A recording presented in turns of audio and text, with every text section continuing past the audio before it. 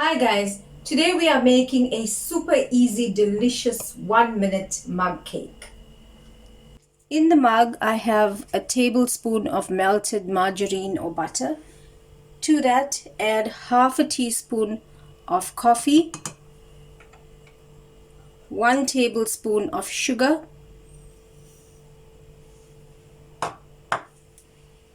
4 tablespoons of milk,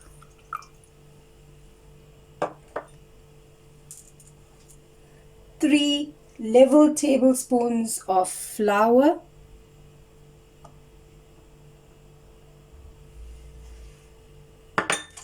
and a quarter teaspoon of baking powder. And all we do is mix this well together.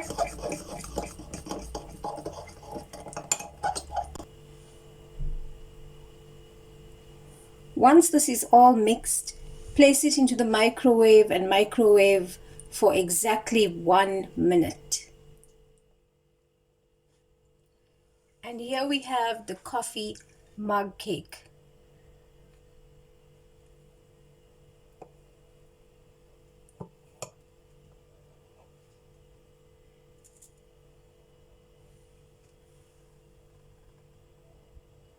Thanks for watching guys. Bye.